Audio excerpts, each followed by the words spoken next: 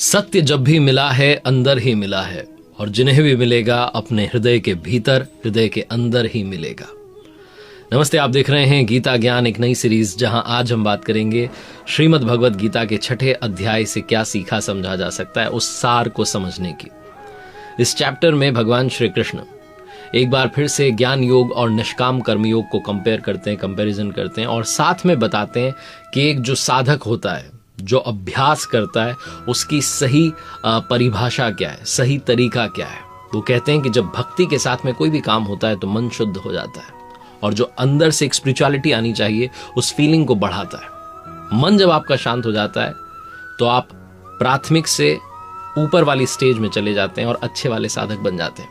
भगवान श्री कृष्ण ये भी कहते हैं कि जो हमारी आत्मा है वही हमारी सबसे अच्छी मित्र है, और अगर हम उस आत्मा का ख्याल नहीं रखें तो वही हमारी सबसे बड़ी दुश्मन भी है। इसीलिए अपनी सोल के लिए समय निकालना बहुत ज्यादा आवश्यक है। जरूरी नहीं कि आप उसके लिए घर बार छोड़ करके निकल जाएं। आप घर में रहते हुए भी चैंटिंग करते हुए, मेडिटेशन करते हुए अपनी सोल का ख्याल रख सकते हैं। भगवान श्री कृष्ण अर्जुन को इस चैप्टर में, धनुर्धर अर्जुन को यह भी समझाने का प्रयास करते हैं कि सिर्फ तपस्या करने से बात नहीं बनेगी। आपको आहार विहार, भोजन में, नींद में संतुलन बनाए रखना होगा। तो आइए शुरू करते हैं और समझने का प्रयास करते हैं श्रीमद् भगवद गीता के 6ठे अध्याय को। जो ये बातें आप तक पहुंचा पा रहा हूं, जितनी मेरी समझ डेवलप हो पाई, ये सब कुछ हो पाई क्योंकि हमारे स्वामी जी श्री परमहंस स्वामी श्री अड़गड़ानंद जी महाराज की यथार्थ गीता पढ़ता हूं, और उसमें से ही जो मैं समझ पाया, सीख पाया, आप तक पहुंचाने का प्रयास है। अगर आप भी घर बैठे मंगाना चाहें तो www.यथार्थगीता.com से फ्री में ऑर्डर कर सकते हैं। 6ठे अध्याय की शुरुआत में भगवान श्री कृष्ण अपने सखा, अपने मित्र धनुर्धर अर्जुन से कहते हैं कि कर्म फल के आश्रय से रहित होकर, यानी कर्म करते हुए किसी प्रकार की जो कामना ना रखे, इच्छा ना रखे, जो कर्म करने वाली प्रक्रिया है उसे करता है, वही सन्यासी है, वही योगी। लोग कहते हैं हमने अग्नि को त्याग दिया, हम सन्यासी हो गए। बहुत सारे लोग बहुत सारी तरह तरह की बातें करते हैं। तो भगवान श्री कृष्ण यहां पर स्पष्ट करते हैं कि लोग ऐसा कहें कि मैं तो ज्ञानी हूं, मैं सब जानता हूं, मैं तो आत्मा हूं, और कर्म आरंभ ना करे, करने योग्य क्रिया ना करे, तो वो सन्यासी नहीं है। श्री भगवान उवाच यदा ही नेन्द्रियार्थेषु न कर्म स्वनुषज्जते सर्व संकल्प सन्यासी योगारूढ़स्तदोच्यते। जिस काल में पुरुष ना तो इंद्रियों के भोगों में आसक्त होता है, ना कर्मों में आसक्त होता है, उस काल में, उस समय में सर्व संकल्प सन्यासी, जहां पर संकल्प ही नहीं उठता है, कोई इच्छा नहीं रह जाती, वही सन्यास है। सन्यास जो है वो रास्ते का नाम नहीं है, वो मंजिल का नाम है। रास्ते में सन्यास नाम की कोई वस्तु नहीं होती। सन्यास की जो परिभाषा है वो यही है कि जब आपके जितने भी संकल्प हैं वो खत्म हो गए हैं, सर्व संकल्पों का न्यास हो गया है, तभी जाकर के वो व्यक्ति, वो पुरुष, नर है या नारी, सर्व संकल्प सन्यासी बनता है। अब आगे बढ़ते हुए भगवान श्री कृष्ण जीवन का सार समझाते हैं। श्री भगवान उवाच उद्धरेत्तात्मनात्मानं नात्मानं वसादयेत आत्मेव ह्यात्मनो बंधुरात्मेव रिपुरात्मनः। हे अर्जुन, मनुष्य को चाहिए कि अपने द्वारा अपना ही उद्धार करें। जैसा मैंने पहले भी कहा कि इंसान गिरना चाहे तो राक्षसों से नीचे गिर सकता है, और उठना चाहे तो देवता से ऊपर उठ सकता है। यही बात भगवान श्री कृष्ण अर्जुन को समझाते हैं कि इंसान को चाहिए, मनुष्य को चाहिए कि अपने द्वारा अपना उद्धार करे, अपनी आत्मा को अधोगति में ना पहुंचावे। लोग कहते हैं कि एक नरक है, एक पाताल है, एक बहुत बड़ा सा गड्ढा, ऐसा नहीं है। नरक का मतलब है जो दूसरी योनियां हैं, जिसमें पशु हैं, पक्षी हैं, जंतु हैं, अपनी आत्मा को उस फेर में ना फंसावे। ये जो मनुष्य जीवन मिला है, इसमें अपनी आत्मा का उद्धार करे, क्योंकि ये जो जीवात्मा है यही हमारा मित्र है, और यही हमारा अपना शत्रु भी है। ये कब मित्र बनता है और कब शत्रु बनता है, इस पर आगे एक्सप्लेन करते हुए श्री भगवान उवाच बंधुरात्मात् मनस्तस्य येनात्मेवात्मना जितः अनात्मनस्तु शत्रुत्वे वर्ते तात्मेव शत्रुवत। जिस भी पुरुष द्वारा, नर या नारी द्वारा, मन और इंद्रियों सहित अपने शरीर को जीत लिया गया है, उसके लिए उसी का जो आत्मा होता है, उसी की जो सोल होती है, वो दोस्त बन जाती है। और जिसने अपने मन को, इंद्रियों को नहीं जीता है, उसके लिए वो जो आत्मा है वो शत्रुता में बरतती है, वो शत्रु होती है, वो फ्रेंड नहीं होती है। क्योंकि श्रीमद् भगवद गीता में लिखा है कि इस आत्मा को न तो शस्त्र काट सकते हैं, न अग्नि जला सकती है, न वायु सुखा सकती है, ये अमृत स्वरूप है, बदलने वाली नहीं है, और वह आत्मा हम में है ही। हम लोग इस बात पर ध्यान नहीं देते कि आत्मा अधोगति में भी जाती है, आत्मा का उद्धार भी होता है, जिसके लिए जो कार्यम कर्म है, जो करने वाली प्रक्रिया है, जिसे यज्ञ कहा गया है, जो श्वास प्रश्वास का ध्यान है, भजन है, उसको करके हम वो अचीव कर सकते हैं जिसे मोक्ष कहा जाता है। जो आत्मा आपका साथ देती है, जो अनुकूल हो जाती है, जो आपके फेवर में होती है, उसके सिम्टम्स बताते हैं, उसके लक्षण बताते हैं। श्री भगवान उवाच जितात्मनः प्रशांतस्य परमात्मा समाहितः शीतोष्ण सुख दुखेषु तथा मानापमान यो। सर्दी गर्मी सुख दुख मान अपमान में जिस मनुष्य का मन भली प्रकार से अच्छी तरीके से शांत हो गया है, ऐसे जो पुरुष हैं, जो नर या नारी हैं, वो परमात्मा में हमेशा स्थित हैं, वो कभी अलग नहीं होते। जितात्मा यानी कि जिसने अपने मन को, इंद्रियों को जीत लिया है, जिसकी वृत्तियां शांति में प्रवाहित हो गई हैं, यही जो अवस्था है ये आत्मा के उद्धार की अवस्था है। अब बताते हैं कि ध्यान करने का सही तरीका क्या है। अगर आप मेडिटेशन करना चाहते हैं, अभ्यास करना चाहते हैं, योग करना चाहते हैं, भजन करना चाहते हैं, तो क्या सही तरीका है, किस तरीके से बैठना चाहिए, किस तरीके का आसन होना चाहिए, इस 6ठे अध्याय में सब कुछ समझाते हैं। श्री भगवान उवाच शुचो देशे प्रतिष्ठाप्य स्थिर मासन मात्मनः नात्युच्छ्रितम नाति नीचम चैलाजिन कुशोत्तरम। शुद्ध भूमि में अपनी जगह को साफ करके, कुश हो गया, मृक्षाल हो गया, इससे भी अच्छे अगर रेशमी ऊनी वस्त्र हैं, छोटा तख्त है, उसको बिछा करके अपने आसन को ना तो ज्यादा ऊंचा रखना है ना एकदम नीचा रखना है, स्थिर स्थापित करना है। शुद्ध भूमि का मतलब उसको साफ सफाई करने से, जमीन पर कुछ बिछा लीजिए, चटाई बिछा लीजिए, और वहां बैठ करके ही ध्यान करने का विधान है। अपने मन को एकाग्र करना है। और उसके बाद में बताते हैं कि शरीर को, गर्दन को, सर को सीधा रखना है, अचल स्थिर रखना है, जैसे कोई पटरी खड़ी कर दी गई। यथार्थ गीता में स्वामी जी कहते हैं कि जैसे कोई पटरी खड़ी कर दी गई, उस तरीके से सीधा दृढ़ होकर के बैठ जाना है।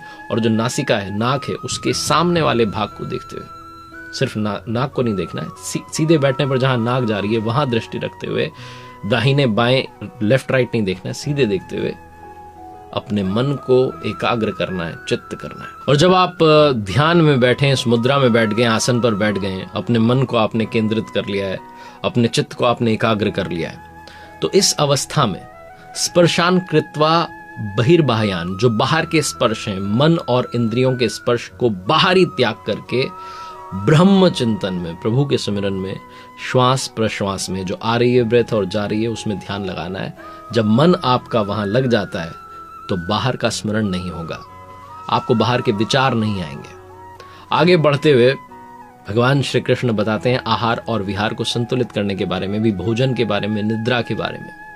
श्री भगवान उवाच युक्ताहार विहारस्य युक्त चेष्टस्य कर्मसु युक्त स्वप्नावबोधस्य योगो भवति दुखा। दुखों का नाश करने वाला जो योग है, इसके लिए उचित आहार विहार होना चाहिए। संतुलित सोना, संतुलित जागना, ऐसा जो करता है उसी का पूर्ण होता है। ऐसा नहीं कि घोर तपस्या में बैठ गया, आपने सब कुछ छोड़ दिया। संतुलन के साथ ही आगे बढ़ना है। अगर आप ज्यादा भोजन कर लेंगे तो आपको आलस्य आएगा, तब आप मेडिटेशन में नहीं जा पाएंगे। अगर आप भोजन छोड़ देंगे तो इंद्रियां जो हैं आपकी क्षीण हो जाएंगी, शरीर कमजोर हो जाएगा, आप बैठ भी नहीं पाएंगे। इसलिए भगवान श्री कृष्ण कहते हैं कि ऐसा नहीं कि आप बिल्कुल ही घोर तप में चले जाएं, संतुलन बना के रखें, इस शरीर को भी आपको साथ लेके चलना है। वो कहते हैं कि जिस अवस्था में योग के अभ्यास से, लगातार प्रैक्टिस करने से जो आपका ये चित्त है जो भागता रहता है, ये रुक जाता है, विलीन हो जाता है, मिट जाता है, उस अवस्था में, उस स्टेज पर जाकर के आत्मना, अपनी आत्मा के द्वारा, आत्मानम, परमात्मा को देखते हुए, आत्मनि एव, अपनी ही आत्मा में पुरुष यानी कि नर या नारी संतुष्ट हो जाता है। यही वो पराकाष्ठा की अवस्था है। एक बार फिर से भगवान श्री कृष्ण अपने सखा, अपने मित्र अर्जुन को मोटिवेट करते हैं और कहते हैं श्री भगवान उवाच संकल्प प्रभवान कामास त्यक्त्वा सर्वान शेषतः मन सेवेंद्रिय ग्रामम विनियम्य समन्ततः। इसलिए मनुष्य को चाहिए कि संकल्प से जो उत्पन्न हो रही हैं इच्छाएं, उनको त्याग करके मन से इंद्रियों को सब ओर से अच्छी प्रकार से वश में करके शनैः शनैः रूपरमेद बुद्धिया धृति ग्रहीतया आत्म संस्थम मनः कृत्वा न किंचिदपि चिंतियेत। यानी कि इट्स अ स्लो प्रोसेस, धीरे धीरे जाना होगा, क्रम से अभ्यास करना होगा, तब जाकर के वो जो उपरामता है, वो जो पराकाष्ठा है, वहां तक पहुंचेंगे। जब तक आप अपने चित्त को नहीं रोकेंगे, चित्त का निरोध नहीं करेंगे, तब तक ये नहीं होगा। और इसलिए वो कहते हैं शनैः शनैः, धीरे धीरे आपको जाना होगा। अगर आपको लगता है कि आज हम ध्यान में बैठे और कल हमें मिल जाए, ऐसा नहीं हो सकता। लाइफ इज अ प्रोसेस, तो प्रोसेस फॉलो करनी होगी। वो जो 4 स्टेजेस बताई हैं, जो मैंने पहले भी आपको बताया, उन 4 स्टेजेस को फॉलो करना होगा, तब जाकर के आप उस ऊपर वाली स्टेज तक पहुंचेंगे। निरंतर चलते रहिए। रुकिए मत। अगर आप रुक गए तब भी दिक्कत हो सकती है। लेकिन बहुत सारे लोग कहते हैं कि जब हम बैठते हैं ध्यान में, जब मेडिटेशन में जाते हैं, तो मन हमारा लगता नहीं है, मन भागता रहता है, पता नहीं कौन कौन से विचार आते हैं। तो इस बात पर भगवान श्री कृष्ण कहते हैं, श्री भगवान उवाच यतो यतो निरति मनम स्थिरम ततस्ततो नियमेत दात्मन्येव वशम नयेत। ये जो स्थिर नहीं रहने वाला चंचल मन है, जिस जिस वजह से संसार में जा रहा है, सांसारिक चीजों में जा रहा है, उस वजह से ही रोक करके वापस लेकर आइए और फिर से इसे रोकिए।